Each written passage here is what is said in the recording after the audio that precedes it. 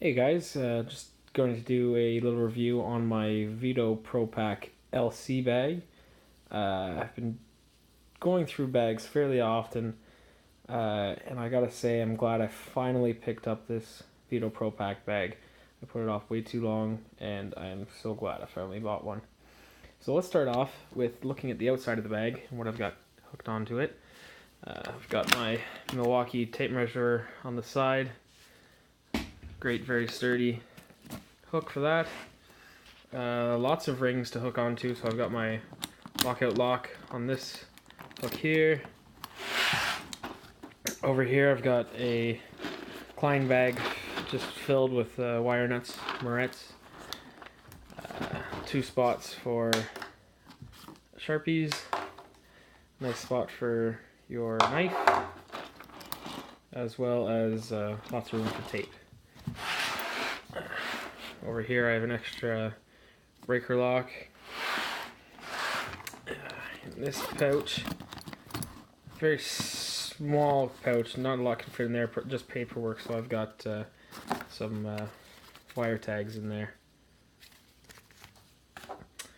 And in this top pocket, which is even smaller actually, I haven't put anything in there yet. On the other side though, there is a set of drill bits. Now everything is a little damp today. They advertise this, or at least I've seen a lot of other reviews, as it being waterproof, but I was up on a canopy above a gas station today and it was raining, not terribly hard, but you can see this is a little damp. The front pocket here is another set of wire markers and some ballast disconnect stickers. Alright, so let's get into the front side, which has the Veto Pro Pac tag.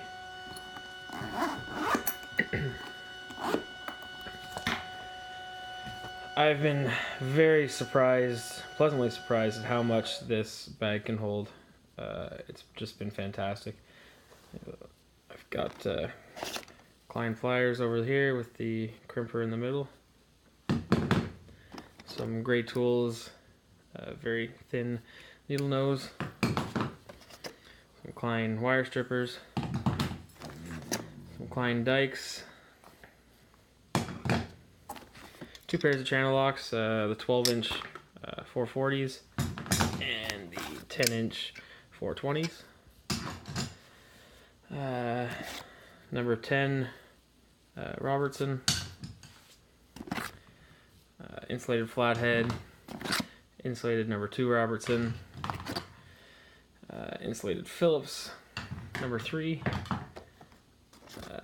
insulated number 1 Robertson,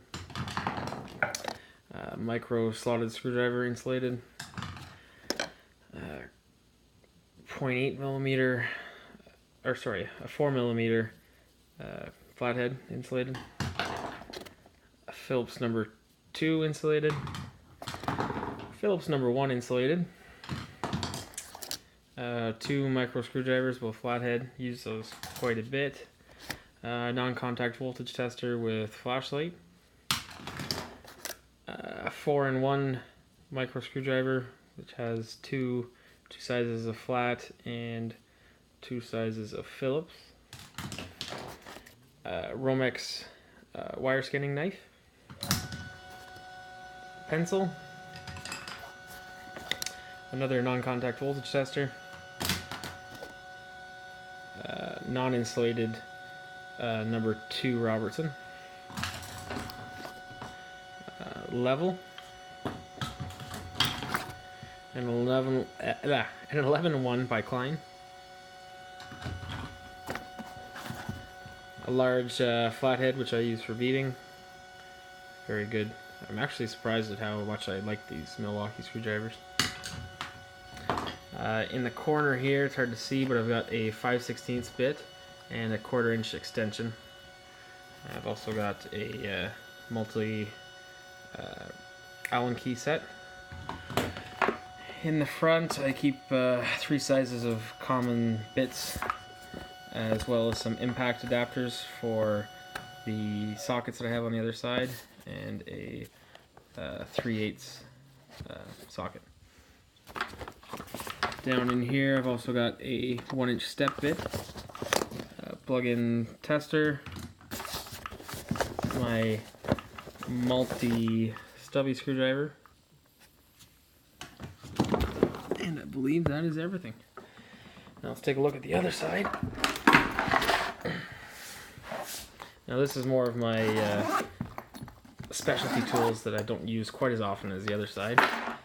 I've got a parts container with Tapcons, some straps, miscellaneous parts that I need fairly often, just going into a job I don't know about. It's very nicely. This is a great find. It's a fishing tackle box that I found at Canadian Tire. Behind that, I've got my 6-inch channel locks, some tin snips, 7-in-1 nut driver, Milwaukee headlamp, all my most commonly used sizes of ratcheting wrenches. We got 9/16, 7/16, 3/8, 1/2 inch, and 11/16, as well as just a plain old 10 mil down here. Also got a telescopic magnetic tool pickup, telescopic inspection mirror, 3/8 ratchet, my most commonly used sockets, 7/16, 3/8, 1/2 inch, and 9/16. My Klein CL800 file, large auger bit. I believe this is a 3/4. Yep. And also just a spare 5/16 bit in here. And a small step bit. And this small pouch, which I also have on the other side. On the other side I don't have anything. On this side I just keep some spare pencils and Sawzall blades. Now that's a look at the bag, and look at how many tools it can hold. It's just fantastic for the size. If you're on the fence about getting it, I highly recommend it. You'll not be disappointed. Thanks.